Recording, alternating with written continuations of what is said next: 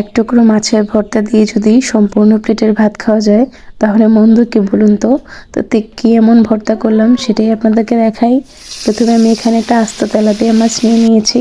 তার মধ্যে লবণ, হলুদ, সামান্য লেবুর রস দিয়ে ডুবো তেলে ভেজে নিচ্ছি।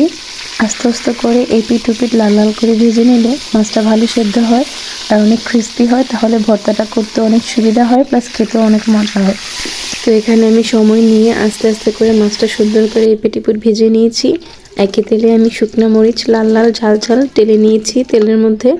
এই তো আমার সব কিছু প্রিপেয়ার করা ডান। এবার আমি ভর্তাটা করে নিচ্ছি। পেঁয়াজ, ধনিয়া পাতা, কাঁচামরিচ সব কিছু কেটে নিয়েছি। এবার আস্তে আস্তে করে আমি কাটা ছাড়িয়ে নেব।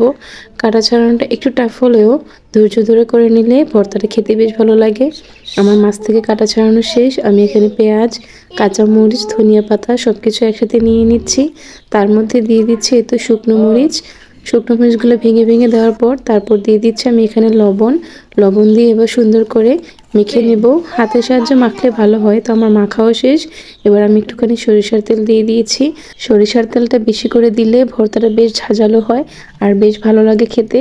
আর আমার তো এমনিতেই ঠান্ডা লেগে আছে, আমার ভয়েসের জন্য অবশ্যই ক্ষমা দৃষ্টিতে দেখবেন। তো এই জন্য আসলে বেশি করে সরিষার তেল দিয়ে ভর্তাটা বানিয়েছি। তার সাথে শেষে দিয়ে দিয়েছি একটু করে লেবু চিপে। তো এই তো আমার ভর্তা করা একদম রেডি। আর এটা দিয়ে বেশ মজা করে আজকের খাবারটা খেয়েছি। আপনারা কিন্তু বাসায় অবশ্যই ট্রাই করবেন।